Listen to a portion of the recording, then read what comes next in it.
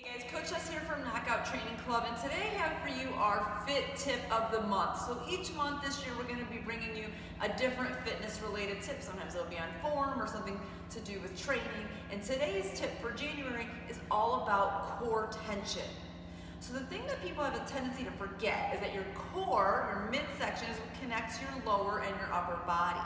So if you don't have your core braced and engaged and tight and kind of stiff when you're doing any movement, upper body or lower body, you're not getting the full benefit of the movement. You're not moving as strong as you could. You're not becoming as strong as you could, and you're more likely to get injured. So it's really, really important if we want to get stronger, be more fit, and we want to stay injury-free, that we really learn how to create core tension so we can move better.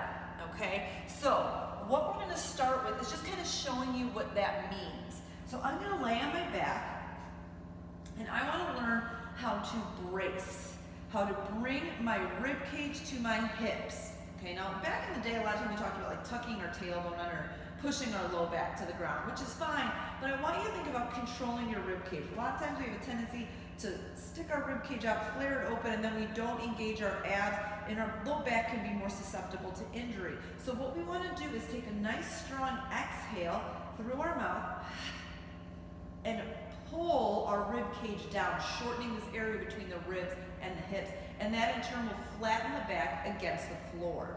Now from this position, we can just even practice doing that, relaxing it and then kind of bearing down and engaging the core and pulling the rib cage down.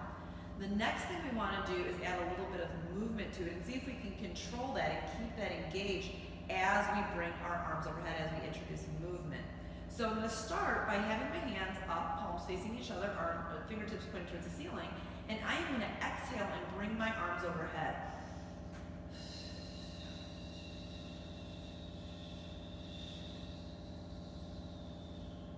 And then inhale up.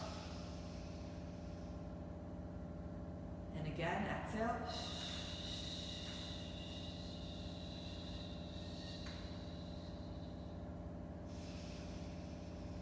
And inhale up. Now when you do this movement, it's super important to do it slow.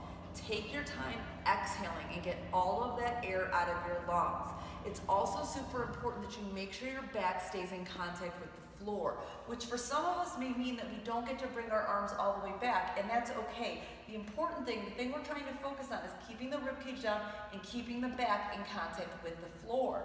So as we do this, if I am going back and I start to feel myself lose this, and I can stick my hand under there and my ribcage kind of flares open and I have no more tension anymore in my core, my midsection, I know I've gone too far. I've gone farther than my body currently can handle. So you want to make sure as you do this, at whatever point your back starts to lift, even very subtly, that's your stopping point right before that. You want to be able to control this range of motion.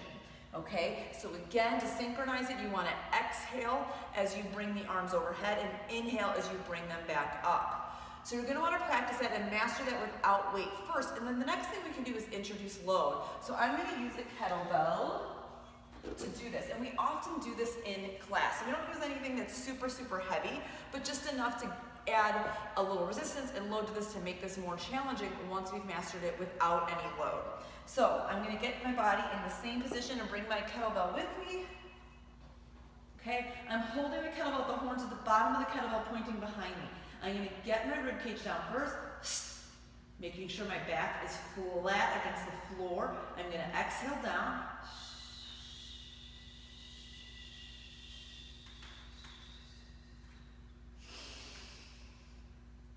And inhale up. So same exact movement, just adding a level of difficulty to it by adding some load. But make sure you can do this first without load properly, full range of motion, and making sure that back stays flat on the ground. The better you get at engaging your core, learning how to brace and creating tension, the much better you're going to move, you're going to stay injury-free, and you're going to get a lot stronger. A lot of times, again, we forget that our strength comes from our core, and we need to make sure we have our core engaged no matter what activity we're doing, And especially when we start adding load and weight to things, we want to make sure that we're really stable, secure, and stiff through our core so we don't get injured and we can continue getting stronger. So we will continue practicing the pullover and the kettlebell pullover in class throughout the month. It's also an exercise that you can practice at home, in your living room, anytime really. I would probably stick to around sets of 5, maybe 1 to 3 sets here or there, maybe every other day. It's something you can do all the time. Just practice it. A lot of it takes practice versus making it harder and harder and harder. Get better at it first, and then you can make it more difficult. So I hope that was helpful, you guys. Like I said, we'll practice it in class, and I will see you at the gym.